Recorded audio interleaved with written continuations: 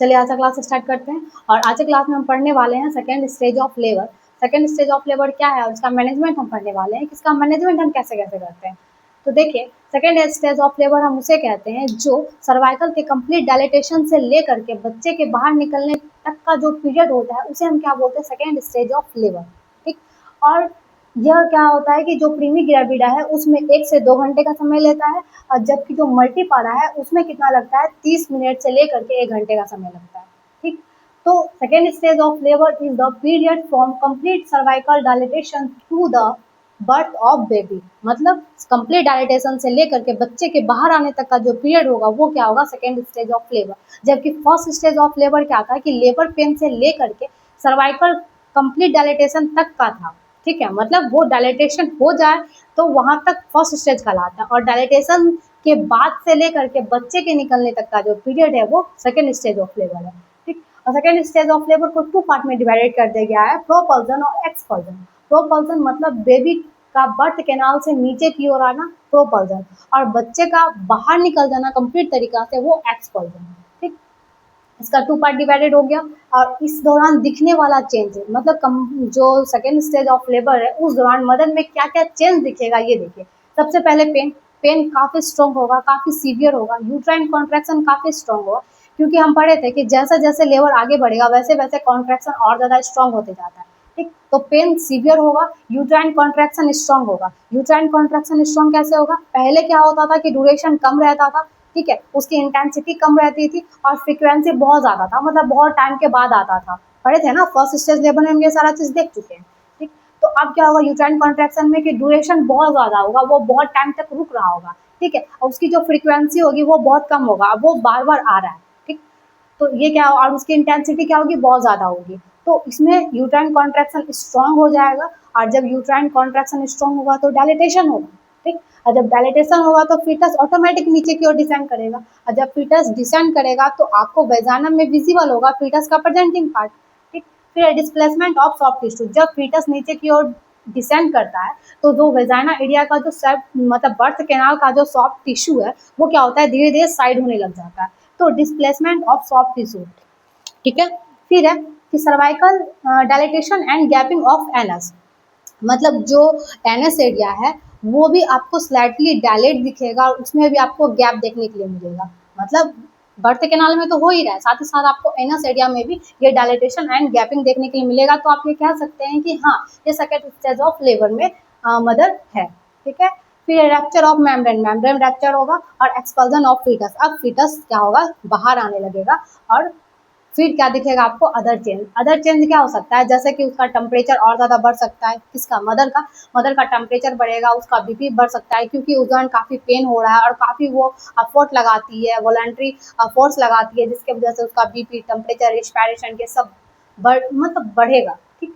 साथ ही साथ और क्या देखने मिलेगा, गैस्ट्रिक मोर्टालिटी रेट धीमा हो जाता है। गैस्ट्रिक मोर्टालिटी रेट इसलिए धीमा हो जाता है क्योंकि जब माँ, मतलब जब सेकेंड स्टेज में होती है तो उस दौरान मदर का पूरा बॉडी चाह रहा होता है कि बच्चे को बाहर निकालना है।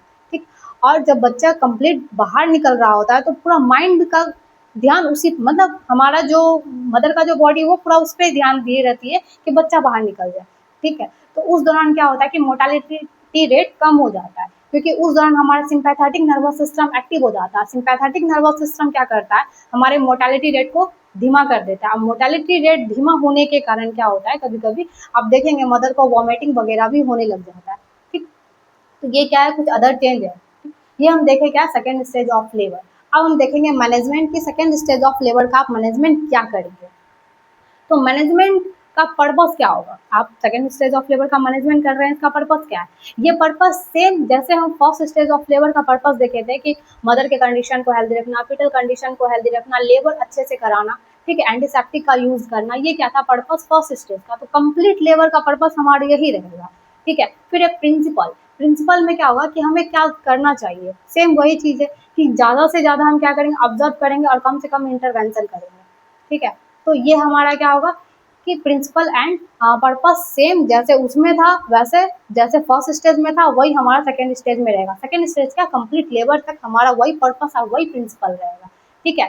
फिर हम क्या करते हैं सेकेंड स्टेज ऑफ लेबर में, इवैल्यूएशन ऑफ मैटरनल हेल्थ। आप मैटरनल हेल्थ को देखेंगे, मैटरनल हेल्थ में क्या क्या देखना है, ये भी सेम उसी तरीका से जैसे फर्स्ट स्टेज में था, ठीक है। फीटल हेल्थ, फीटल के हेल्थ को देखना है तो फीटल हेल्थ भी आप सेम वैसे ही देखेंगे। फीटल हेल्थ में आप क्या असिस्ट करेंगे, फीटल का हार्ट रेट वगैरह, उसकी मूवमेंट वगैरह को देखेंगे, ठीक है। ये कैसा देखेंगे, वेजाइनल एग्जामिनेशन करके, सेम उसी प्रकार ये चीज है, ठीक है। फिर लेबर प्रोग्रेस को असिस्ट करना, लेबर प्रोग्रेस को आप कैसे असिस्ट करेंगे, उसका ड्यूरेशन, इंटेंसिटी, फ्रीक्वेंसी देख करके, पढ़े है ना ये सब फर्स्ट स्टेज में, सेम वैसे ही इसमें आपको सेम वही चीज है। फिर है जनरल केयर, जनरल केयर में आप क्या करेंगे, ब्लैडर केयर, क्योंकि जब यूट्राइन कॉन्ट्रैक्शन होता है, जब फीटस नीचे की ओर डिसेंड करता है, तो उस दौरान क्या होता है कि ब्लैडर पे ज्यादा इफेक्ट पड़ता है, तो उस दौरान हमें ब्लैडर केयर करनी पड़ती है, कैथराइजेशन वगैरह करना पड़ता है, ठीक। एनाल्जेसिक, अगर सीवियर पेन हो रहा है, बहुत ज्यादा पेन हो रहा है, ठीक, तो उस दौरान हम क्या करेंगे, एनाल्जेसिक दे सकते हैं। एनाल्जेसिक में हम क्या देंगे, इनहेलेशन, मतलब इनहेलेशन एनाल्जेसिक देंगे, जो इनहेल करे वो एनाल्जेसिक देंगे, ठीक है। टैबलेट वगैरह नहीं देते हैं। इमोशनल सपोर्ट देंगे, साइकोलॉजिकल सपोर्ट देंगे, ठीक। और साथ ही साथ हम उन्हें ये भी बताएंगे कि कब फोर्स लगाना है, कब फोर्स नहीं लगाना है। अगर वो पहले से फोर्स लगाने लगेगी तो क्या होगा कि जब जरूरत होगा फीटस बाहर आने के समय फोर्स का, तो वो फोर्स नहीं लगा पाएगी, जिससे फीटल डिस्ट्रेस हो सकता है, ठीक। ये हो गया। अब हम करते हैं प्रिपरेशन ऑफ डिलीवरी, मतलब डिलीवरी हमें कराना है, इसके लिए इससे पहले हमें क्या प्रिपेयर करना पड़ेगा। तो सबसे पहले आपको क्या करना है, पोजीशन, मदर को एक जो पोजीशन जरूरी है लेबर के लिए वो देना है। तो नॉर्मली तो वैसे बहुत सारा पोजीशन होता है, लेकिन दिया जाता है लिथोटॉमी पोजीशन।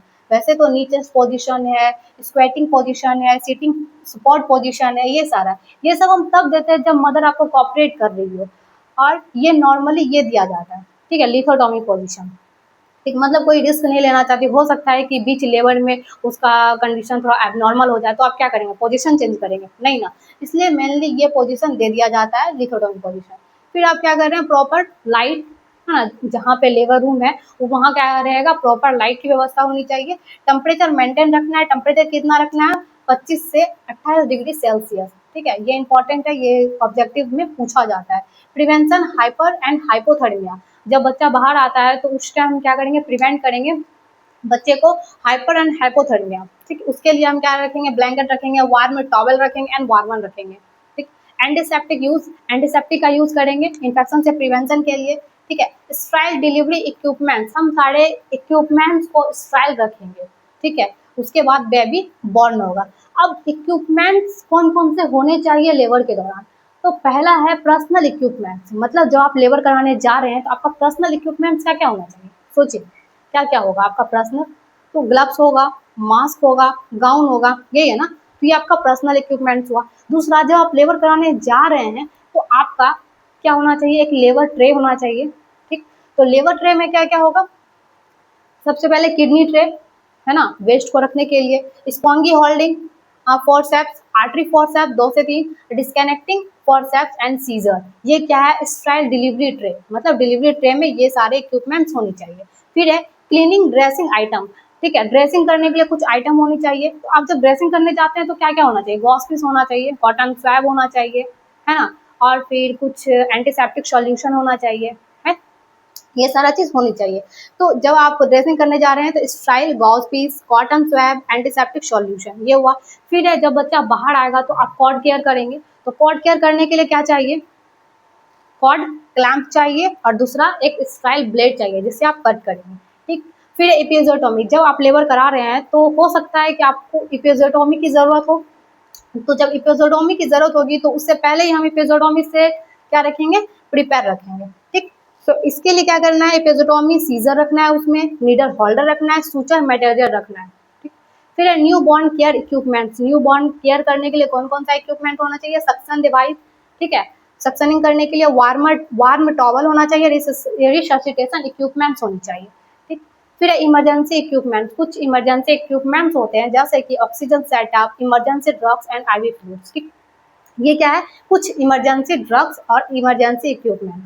फिर बेबी बॉर्न, ये क्या है, प्रिपरेशन डिलीवरी, मतलब हम डिलीवरी कराने से पहले ये सारा चीज प्रिपेयर रखेंगे, ठीक। साथ ही साथ कहा जाता है कि जो टेक्निक है लेबर के 5 टेक्निक कौन कौन से हैं, तो लेबर का 5 टेक्निक्स, 5 टेक्निक्स होते हैं, जैसे कि हम लोग ड्रग्स का पढ़े थे ना, ड्रग्स का 5 techniques, right dose, right person, था ना, तो वैसे ही क्या है, लेबर के 5 टेक्निक्स होते हैं, जिसमें कि पहला होता है क्लीन हैंड, क्लीन हैंड। दूसरा होता है क्लीन सरफेस, क्लीन सरफेस। तीसरा है clean code, clean code. Fourth है क्लीन ब्लेड, ठीक। एंड 5 है क्लीन जेनेटेलिया, ठीक। ये क्या है, टेक्निक्स ऑफ लेबर। इस तरह के ऑब्जेक्टिव क्वेश्चन आते हैं, ठीक है। फिर है कि इंडिकेशन, मतलब सेकेंड स्टेज ऑफ लेबर है, इसका क्या क्या संकेत हो सकता है। Indication of second stage labour, ठीक है। इसका पहला होगा कि वाल्वा में आपको गैप दिखेगा, ठीक है, वाल्वा गैप दिखेगा। दूसरा, फीटस का प्रेजेंटिंग पार्ट विजिबल होगा, प्रेजेंटिंग पार्ट विजिबल होगा, ठीक है, विजिबल होगा। नेक्स्ट है कि पेरिनियम पतला हो जाएगा, पेरिनियम आपको कैसा दिखेगा, थिन।